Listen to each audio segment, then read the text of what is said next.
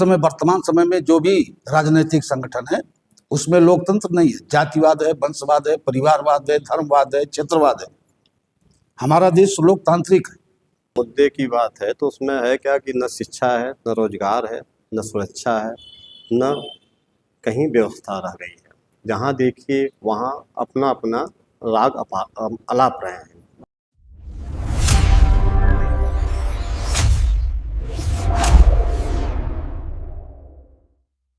जी, राष्ट्रीय महासचिव राजेंद्र गुप्ता जी, प्रदेश महासचिव के.पी. साकी जी, चंद्र प्रकाश जी, पांडे जी, आप सबको इस प्रांगण में इसलिए बुलाया गया है कि 15 हैदराबाद में था, जिसमें नवनियुक्त राष्ट्रीय अध्यक्ष सम्यक पार्टी 7 फरवरी 2018 से। मैं जवाहरलाल, प्रदेश अध्यक्ष सम्यक पार्टी। आज यहाँ लोकतंत्र की दशा दिशा एवं अन्य जितने भी ज्वलंत मुद्दे हैं उस पे अपने पार्टी पदाधिकारियों से चर्चा करने के लिए हम लोग उपस्थित हैं। क्या लगता है आज के दौर में ऐसी कौन सी ज्वलंत मुद्दे इस पे ज्यादा ही जरूरी है चर्चा करना? आज जहाँ तक के ज्वलंत मुद्दे की बात है तो उसमें है क्या कि न शिक्षा है, न रोजगार है, न सुरक्षा है, न कहीं व्यवस्था रह गई है। जहाँ देखिए वहाँ अपना अपना राग अलाप रहे हैं। होता क्या है कि जो हमारे नेता हैं उनके कहने से ही पूरा व्यवस्था चल रहा है। ब्यूरोक्रेसी पूरी तरह से इस समय फेल हो गई है।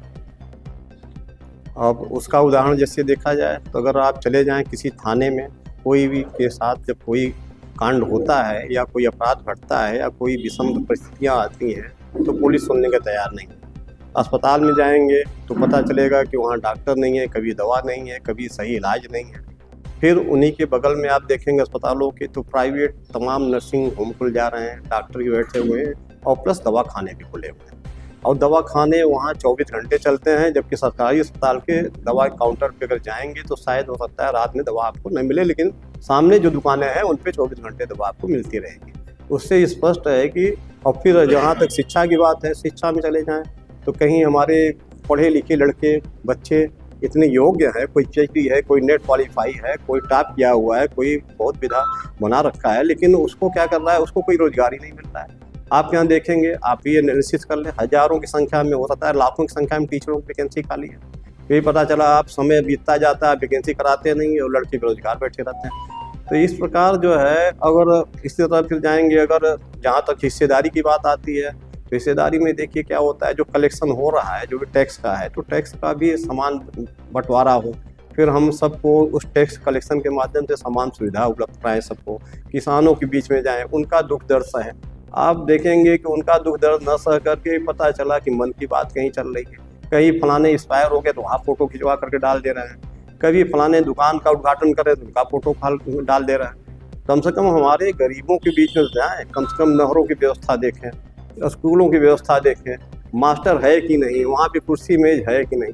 जब कुछ बचा ही नहीं है तो ये बुनियादी परिवर्तन का जो हमारे अभी राष्ट्रीय महासचिव बता रहे थे, तो बुनियादी परिवर्तन इसी करना है कि हमको शिक्षा, स्वास्थ्य, रोजगार की सेवाओं की दृष्टि से काम करना है। वर्तमान समय में स्कूल और मेडिकल कॉलेज में कम छूट है। वहीं दूसरी तरफ देखिए तो लीकर शॉप के लाइसेंस और हर 200-400 मीटर पे लीकर शॉप काफी तेजी से खुले हैं। इसको आप किस नजरिए से देख रहे हैं?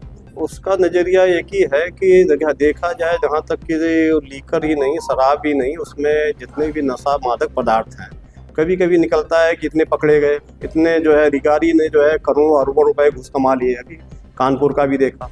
फिर पुलिस व्यवस्था की भी उसमें दिखती है, फलाने दरोगा या फलाने इंस्पेक्टर ने नशेड़ियों से या जो उसके नशे के सौदागर हैं उनको अपनी गोपनीय जानकारी दे करके छापा पड़ने वाला है वहाँ से हटवा देते हैं। इस प्रकार देखा जाए तो पूरा प्रशासन भी इसमें लगा हुआ है। यहाँ तक कि जो धार्मिक स्थल है उनके आसपास भी शराब की दुकान खुलते जा रहे हैं और सड़क पे धड़ल्ले से सैकड़ों की संख्या में लोग दारू पीते रहते हैं। जबकि अगर भाई सरकार को अगर इतना स्वेच्छाचारी ढंग से उनको देना है, उनको अवसर देना है, तो उसके लिए एक स्थान निर्धारित करा देना हर शहर में, 1, 2, 4 ओपन एरिया डिसाइड कराते, सब जाके वहीं पे पिए आराम से, लेकिन सड़क के किनारे तो न पिए, कम से कम राह चलते लोगों को उससे जो है बाधा तो उत्पन्न न हो। कोई अपने बहू बेटी माँ के साथ जा रहा है तो उसको क्या वो देखते होंगे, छोटे छोटे बच्चे क्या सोचते होंगे। अभी मैं एक जन चर्चा भी कर रहा था कि अगर जब स्कूल कॉलेज के बच्चे जो है उधर से गुजर रहे हैं, 200 लोग दारू पी रहे हैं, कोई कोचिंग निकला 7-8 बजे, बता दारू पी कर बैठे हुए, दारू पीने लगा था, तो उसका क्या प्रभाव उन बच्चों को पड़ेगा। उन मोहल्ले के जो छोटे छोटे बच्चे हैं रोज 8 बजे शाम को देखेंगे कि दारू पी रहे हैं, तो उसका क्या प्रभाव पड़ेगा, हम उनको किस दिशा में ले जा रहे हैं। वो बच्चे भी सोचेंगे ना एक बार कि हम भी देखें जाए क्यों पीते हैं, इससे मजा क्या मिलता है या इससे कौन सा सुख हमको प्राप्ति होती है। तो आप कम से कम इसको एक सीमित दायरे में इसको सीमित तो करें, स्थान विशेष पे कराएं। मैं डॉक्टर शिव प्रसाद विश्वकर्मा, राष्ट्रीय अध्यक्ष मार्गदर्शक मंडल सम्यक पार्टी। लोकतंत्र की दशा और दिशा पर परिचर्चा गोष्ठी रखी गई, क्या कहना चाहेंगे?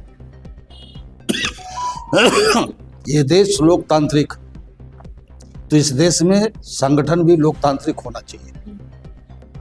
और इस समय वर्तमान समय में जो भी राजनीतिक संगठन है उसमें लोकतंत्र नहीं है, जातिवाद है, वंशवाद है, परिवारवाद है, धर्मवाद है, क्षेत्रवाद है।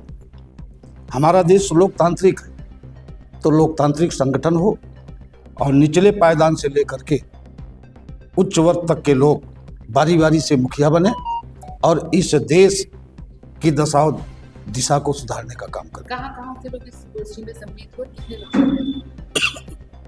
बनारस के ही लोग रहेंगे। आज सभी नवनियुक्त पदाधिकारियों का आज बैठक है। इस तरीके की गोष्ठी और कहाँ तक आयोजन करने का कितना जरूरी है? इस तरीके की देखिए 2 तारीख को बिहार में है, गया में, 3 को अरवल में है बिहार में, 4 को इलाहाबाद में है, 5 को इलाहाबाद के यमुना पार क्षेत्र में है, मांडा में, 6 को मध्य प्रदेश है, 7 को इटावा है, 8 को हरदोई है और 9 को लखनऊ है। क्या लगता है कि गोष्ठी कितना कार्यकाल पर जागरूक करने में जिन स्थानों पे हमने रखा है? क्या मतलब? ये गोष्ठी कितना कार्यकाल होगा लोगों को जागरूक करने में जिन जिन स्थानों पे हमने रखा हुआ है? हम अपने कार्यकर्ताओं को जागरूक करेंगे कि घर घर जा करके वो अपने विजन को बताने का काम करें और इस लोकतांत्रिक देश में लोकतांत्रिक ढंग से आगामी आने वाले समय में सरकार बनाने का काम करें। ये आप किन बुनियादी परिवर्तनों पर अपना जोर देते हैं? थोड़ा जैसा कि आप प्रमुख कह रहे हैं कि राष्ट्रीय पार्टी का लक्ष्य बुनियादी परिवर्तन का, तो ये आप कौन बुनियादी परिवर्तन चाहते हैं? क्या आप जनता से चाहते हैं या आप सरकार से चाहते हैं? ये जब हम सरकार में आएंगे तब बुनियादी परिवर्तन के बारे में बोलेंगे तो क्या चाहते हैं। सरकार से कोई उम्मीद अभी हम कोई मुद्दा नहीं, केवल लोकतांत्रिक मुद्दा लेके चले हैं। जातिवाद, वंशवाद, परिवारवाद को हटाने की बात करते हैं इस देश। मैं राजेंद्र गुप्ता राजन, राष्ट्रीय महासचिव सम्यक पार्टी। आज किस तरीके की गोष्ठी का आयोजन किया? ये गोष्ठी क्या एक बनारस की कार्यकारिणी जो गठित हुई है उसी में कार्यकर्ताओं की एक बैठक है। हमारे नवनियुक्त राष्ट्रीय अध्यक्ष के मौर्य जी भी आ रहे हैं, उसी संदर्भ में उनका एक स्वागत समारोह है। और एक गोष्ठी है लोकतंत्र पे, कि लोकतंत्र की दशा एवं दिशा, इस पे हम लोग आज चिंतन करेंगे। कुछ BHU के प्रोफेसर्स भी लोग आ रहे हैं और वो अपनी अपनी बातें रखेंगे। लोकतंत्र की दशा और दिशा पे चर्चा करेंगे। क्या लगता है कि वर्तमान में की दशा और दिशा किस तरह जा रही है? ये तो सभी को विदित है कि आज वर्तमान परिप्रेक्ष्य में लोकतंत्र कहीं दिखता है आपको? ये मैं आपसे प्रश्न पूछूंगा कि आप लोग तो मीडिया वाले हैं और आप लोग तो हर जगह आप लोग जा रहे हैं, आप लोग को क्या लगता है कि लोकतंत्र जिंदा है अभी? हम संविधान की बात करते हैं, हमारी पार्टी संविधान की बात करती है, हम संविधान को मानने वाले हैं। इसमें सभी धर्म, जाति, संप्रदाय के लोगों को एक साथ रखकर चलने की बात हम करते हैं, किसी एक वर्ग विशेष की बात हम नहीं करते हैं। क्या आज ऐसा लग रहा है कि आपको समाज में हो रहा है? उत्तर शायद आपको ही मिलेगा कि नहीं। तो उस लोकतंत्र पे ही हम चर्चा करने वाले हैं और थोड़ा समय से हम लोग विलम्ब हो रहे हैं क्योंकि हमारे जो संस्थापक अध्यक्ष हैं उनकी गाड़ी रास्ते में ख़राब हो गई थी, तो आने में विलम्ब हो रहा है, लेकिन 10-15 मिनट में वो हाटी यहाँ पे पहुँच जाएंगे। लगता है वर्तमान समय में जो लोकतंत्र की दशा और दिशा है, उस पर कितना चर्चा करना कितना जरूरी है, लोगों को बहुत जरूरी है, बहुत जरूरी है। जान सब कुछ रहे हैं, सभी लोग जानते हैं, लेकिन सभी को बोलने का मौका नहीं मिल रहा है। ये आप भी जानते हैं। आम जनता की आवाज पहुंच कहाँ रही है? आप ही लोग नहीं पहुंचा रहे। तो मैं दूसरों को क्या कहूँ? आप चौथा स्तंभ हैं, आपको तो रिजिड होके रखना इस सब चीज़ों को चाहिए, लेकिन क्या रख पा रहे हैं आप लोग? शायद नहीं। किस दबाव में है आप लोग ये मुझे नहीं पता, लेकिन शायद नहीं, यही उत्तर है सही। क्या कहना चाहिए अपनी इस गोष्ठी से जनता को? हम इस गोष्ठी से चर्चा कर रहे हैं, लोगों में आम जनमानस में ये चर्चा का विषय बनाकर लोगों को जागरूक करना चाह रहे हैं कि हाँ, जागरूक हों और लोकतंत्र की आवाज़ उठाई जाए, है बस हमारा यही उद्देश्य। से आप कदम चाहते हैं जिससे कि लोकतंत्र में आपको लगता है कि तानाशाही जो है दिशा को है बदल रही है, सही है? सरकार को आप क्या सुझाव? सरकार को मैं सुझाव यही देना चाहूँगा कि सभी को, निचले पायदान पे भी जो व्यक्ति बैठा हुआ है उसके विषय में सोचें। केवल रेवड़ियाँ ना बांटें, केवल रेवड़ियाँ बांटने से काम नहीं होने वाला है। 10 किलो राशन, 5 किलो राशन और ये सब सारी चीज़ें, 10,000 रुपये, तो इन सब से देश का भला होने वाला है नहीं किसी भी तरीके से।